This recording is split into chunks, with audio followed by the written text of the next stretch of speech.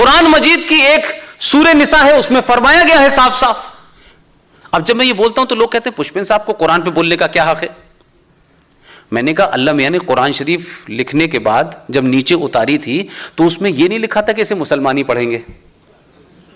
उसमें लिखा है कि जिसका मुसल्लत ईमान होगा, यानी जो कंप्लीट ईमान वाला होगा, वही मुसलमान होगा। तो वो मेरा भी हो सकता है, आपका भी हो सकता है। कोई ऐसा तो नहीं कि जनार्दन मिश्रा का नहीं हो सकता, इनका भी हो सकता है, बशर्ते कि मुसल्लत ईमान हो। तो भाई जब मुसल्लत ईमान है तो सूरह निसा में क्या लिखा हुआ है? सूरह निसा यह कहती है और सूरह यासीन यह कहती है कि अल्लाह अपने फॉलोअर से, उन लोगों से जो उसके फॉलोअर हैं, उनसे कहता है कि मैंने दुनिया की हर बेहतरीन चीज तुम्हारे लिए दी है।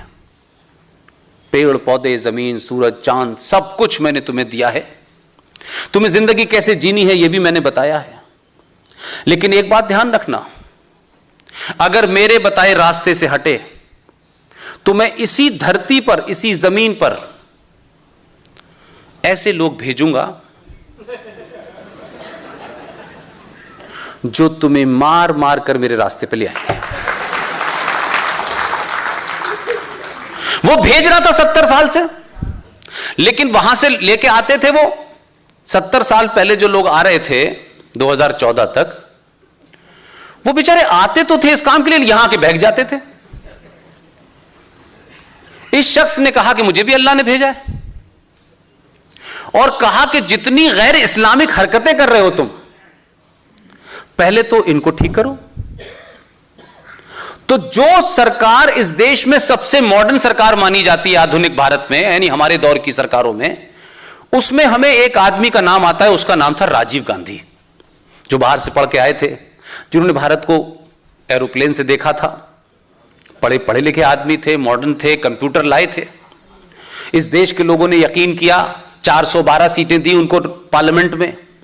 लेकिन इतना मजबूत मैंडेट, इतना ईमानदार, इतना भोला प्राइम मिनिस्टर, कंप्यूटर युग की बात करने वाला, उसके युग में एक 70 साल की मोहतरमा बुजुर्ग महिला दीवारों से सर मार मार कर 24 साल हो गए उसे, और जगह जगह जाके कहती थी कि मेरे शौहर ने मुझे 24 साल से तलाक दे रखा है, लेकिन तलाक मुझे दे दिया है, तलाक के बदले में जो मुझे मिलना चाहिए था, जो मुझे कंपनसेशन मिलना चाहिए था, जो मुझे महीना मिलना चाहिए था, वो नहीं देते। मैं तो हर मुफ्ती के यहां गई, मैं तो देवबंद भी गई, मैं तो बरेलवी भी गई, मैं अहले हदीस भी गई, मैं सब जगह गई, किसी ने मेरा साथ नहीं दिया। मैं आपकी कोर्ट में अर्जी लगाने आई हूं कि ए माय लॉर्ड, मुझे हक दिला दें, हिंदुस्तान के संविधान के तहत दिला दें। तो माय लॉर्ड ने कहा यह तो भारत के नागरिक का हक है, हम आपको हक देंगे। उन्होंने हक दे दिया। उस औरत के फेवर में एक बड़ा डिसीजन आया।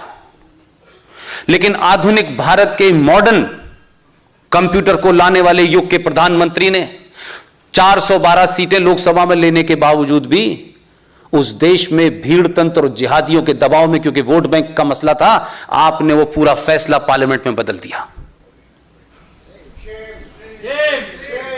और अब वो लोग क्या कहते हैं? वो लोग इस आदमी से जिसके पास 412 नहीं है, अच्छा ही नहीं है, पता नहीं क्या होता। अगली बार का ध्यान रखिएगा। इस शख्स के पास एक ठीक ठाक मैंडेट था। तो पहले तो कहा गया कि यह हिंदू लीडर है।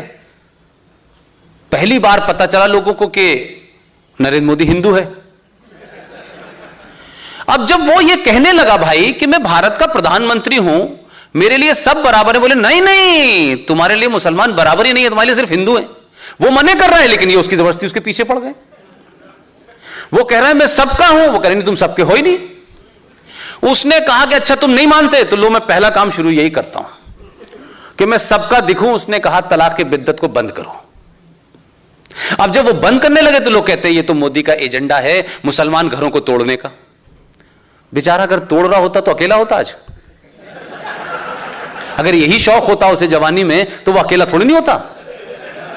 लेकिन मैं ये कह रहा हूं कि कोई आदमी ईमानदाराना कोशिश भी करे तो कैसे इस देश में समाज में बैठे हुए लोग अलग अलग जगह पे कैसे उसको नरेट करते हैं, कैसे उसकी इमेज को टार्निश करते हैं, फिर उसकी जाती जिंदगी में लोगों ने हमला करना शुरू कर दिया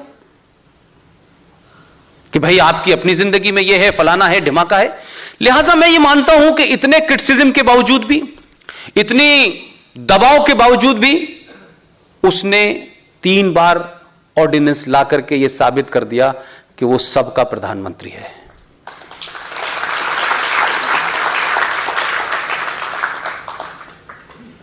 इस स्पिरिट को जिसे आपने पैदा किया है, गुजरात के लोगों ने पैदा किया है, और शायद मुझे लगता है कि आपको अल्लाह ने मौका दिया, इस सूबे को मौका दिया कि एक तो प्रायश्चित आप लोग कर लें, और दूसरा यह भी मौका दिया कि भाई यह भी तय कर दिया कि अगला कौन होगा। अब पहली बार ये लोगों को डर लग रहा है कि वो तो गांधीनगर से चुनाव लड़ रहा है। मैं नहीं जानता, मैं अपनी बात कह रहा हूं।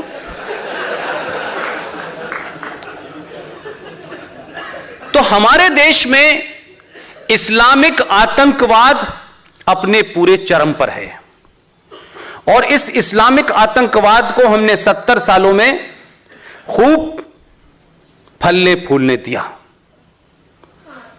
इसलिए जो लोग इस्लामिक आतंकवाद की पैरोकारी करते हैं, जो महबूबा मुफ्ती 3 दिन पहले यह कह रही थी कि अगर आपने आर्टिकल 35 से छेड़छाड़ की तो हम जम्मू कश्मीर में 1947 का माहौल बना देंगे। अगर गलती से यह कोई हिंदू लीडर कह देता तो इस देश में क्या हो जाता, बाप रे बाप। यह झूठ और मक्कारी है। एक लिबरल नहीं बोला कि यह कहने की हिम्मत कैसे हो सकती है कि एक मुख्यमंत्री है, एक्स मुख्यमंत्री है, उस विधानसभा की जीती हुई एमएलए है, वो इतनी बड़ी बात कह रही है।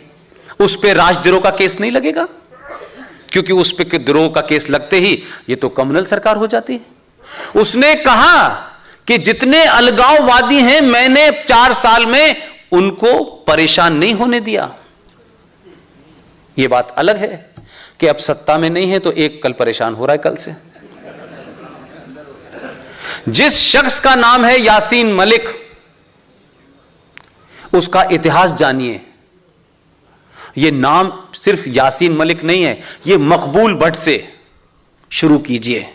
यह JKLF क्या है, और यह यासीन मलिक कल जब उस ऑर्गेनाइजेशन को सरकार ने बैन किया तो देश ने भारत के होम सेक्रेटरी का बयान टेलीविजन पे देखा।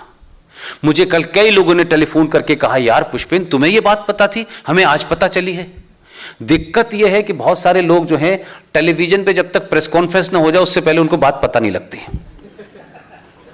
मैं पिछले 10 साल से कह रहा हूं यह बात। एक शख्स जो टेलीविजन पे आता है और वो ये कहने में फख्र महसूस करता है कि मैंने हिंदुस्तान के एयरफोर्स के 4 ऑफिसर का कत्ल किया है, टेलीविजन का कन्फेशन है उसका, लेकिन उसके खिलाफ कोई सरकार, कोई कंप्लेन, कोई FIR आज तक नहीं करती। कल जब उस पे बैन लगाने की बात हो रही थी JKLF पे, तो उन्होंने जो कारनामे किए थे उसमें एक कारनामा यह भी गिनाया गया, तब लोगों को पता चला। तो ये न पता चलने की समस्या हमारे समाज की है, जिसके चलते हम चीजों को बढ़ाते हैं, चलती चली जाती है। जम्मू कश्मीर राज आज आपका राज नहीं है। जम्मू कश्मीर में अगर भारत की कोई माइट, भारत का कोई रिप्रेजेंटेशन है, उसका नाम है भारतीय सेना। जो तिरंगा उठाता है उसको लाल चौक पहुंचने तक इतना मारा जाता है कि वो लाल चौक नहीं पहुंच पाता। लेकिन जम्मू कश्मीर के अंदर ISIS का झंडा जगह जगह नजर आता है। ये ISIS के झंडे पे क्या लिखा हुआ है, कुछ आइडिया है? ISIS का एक काला सा झंडा है। ये सब बात मैं इसलिए बता रहा हूं, ये आपको पता भी होगी।